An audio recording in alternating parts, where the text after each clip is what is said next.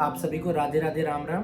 आज मैं उपस्थित हूँ आपके सामने भगवत गीता के पहले अध्याय का 11वां श्लोक लेकर। इसके पहले मैं आपको बताना चाहूंगा कि आज अंत तक जुड़े रहिएगा। आज मैं वीडियो के खत्म होने पर आपको एक दूसरी किताब का छोटा सा परिचय दूंगा। वो किताब बहुत अच्छी है और मेरे विचार में मुझसे पहले तो कुछ लोगों ने पूछा कि कोई एक बुक बताइए सर जिससे थोड़ा सा हमारी लैंग्वेज में भी इम्प्रूवमेंट हो और हमें कुछ बेनिफिट भी हो। तो वो एक किताब मैं आपको बताऊंगा, बहुत अच्छी किताब है, उसको आप पढ़िएगा, ठीक है।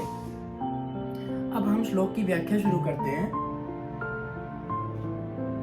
पहला श्लोक जो 11वां श्लोक है वो कहता है, अयनेषु च सर्वेषु यथा भागम अवस्थिता भीष्म में वाभिरक्षन्तु भवन्तः सर्व एव हि। तो इसमें दुर्योधन अपनी सेनापतियों से कह रहा है, अपनी सेना नायकों से कह रहा है कि आप लोगों की जिम्मेदारी है कि अब आप भीष्म की रक्षा कीजिए, ठीक है। वो कह रहे हैं कि आप लोग ऐसी पोजीशंस पे खड़े हो जाइए कि भीष्म की अंत तक रक्षा हो सके।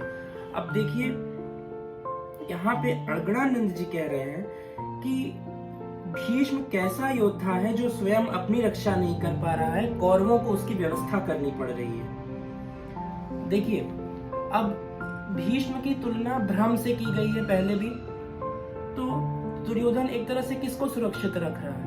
अपने भ्रम को सुरक्षित रख रहा है। सारे इंतजाम इसीलिए कर रहा है कि भ्रम सुरक्षित रहे, ठीक है।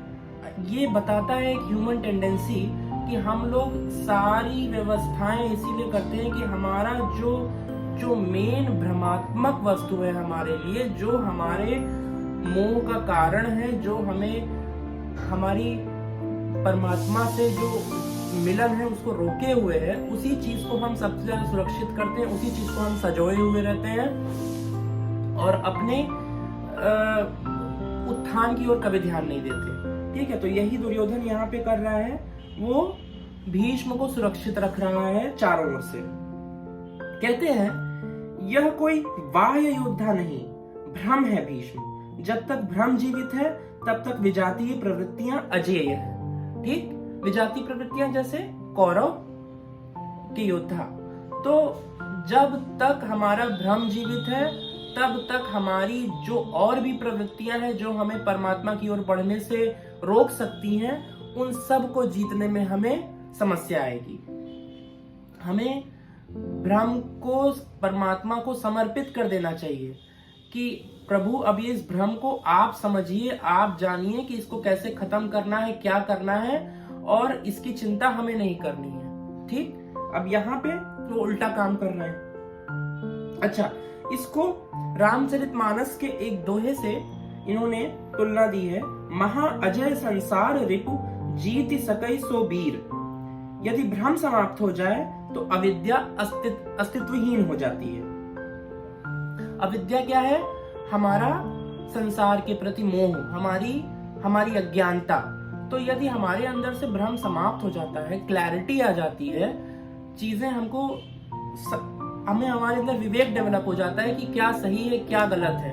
यदि हम अपनों को काटना बंद कर दें और हम समझें कि हमारा अपना कौन है, पराया कौन है, तभी हम विजयी हो सकेंगे, ठीक है।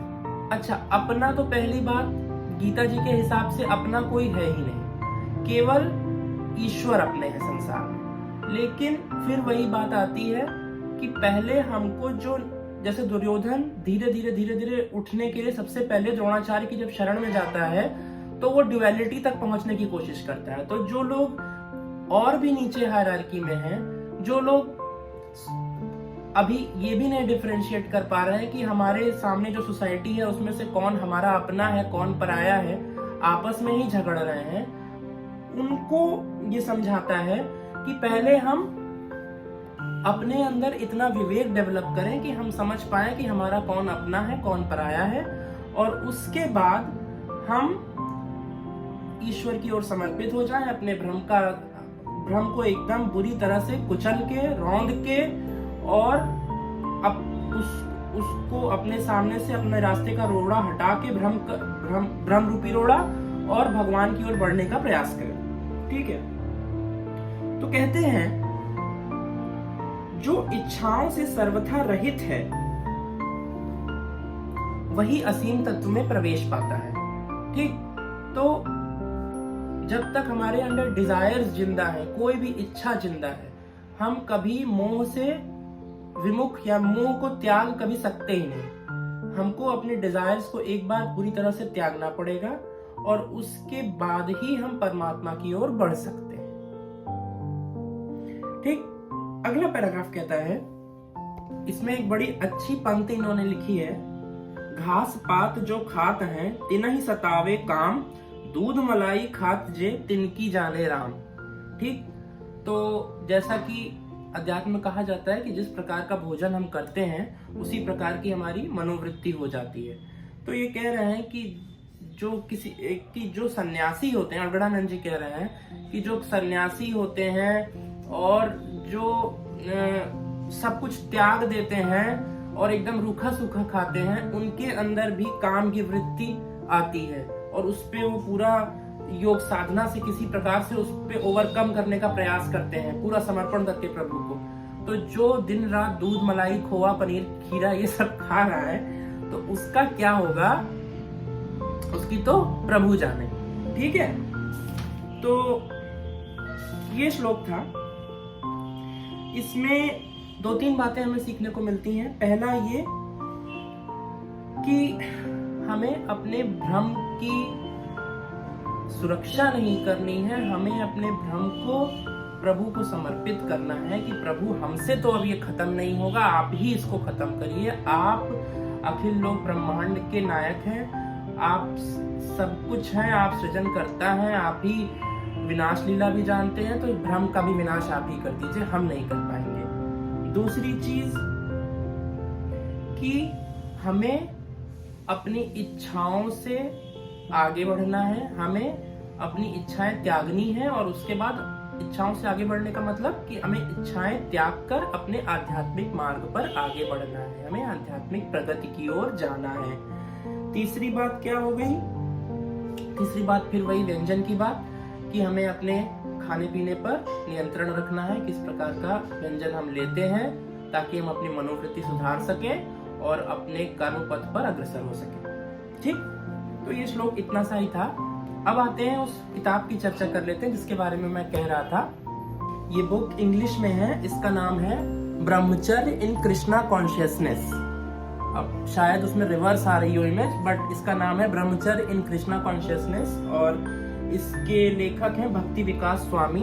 ये कहते हैं दिस बुक में accurately be called a user's guide to brahmachari life. The first part consists of elaborate discussion of and down to earth practical guidance on many aspects of brahmacharya. तो इसमें ब्रह्मचर्य के बारे में बहुत अच्छा नॉलेज दिया है।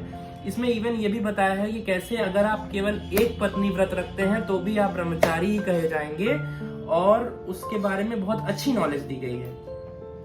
ठीक है, तो ये एक तरह से समाज में फैली जो दुष्प्रवृत्तियां हैं उसको खत्म करने के लिए ये किताब बहुत अच्छी है। इसको पढ़िए, आपकी लैंग्वेज के साथ साथ आपकी मनोवृत्ति भी सुधरेगी और आप जो भी काम में जिस भी लक्ष्य में लगना चाहते हैं उसको अटेन करने के लिए ये बुक बहुत हेल्पफुल है। ठीक है, तो ब्रह्मचर्य इन कृष्णा कॉन्शियसनेस। राधे राधे, राम राम।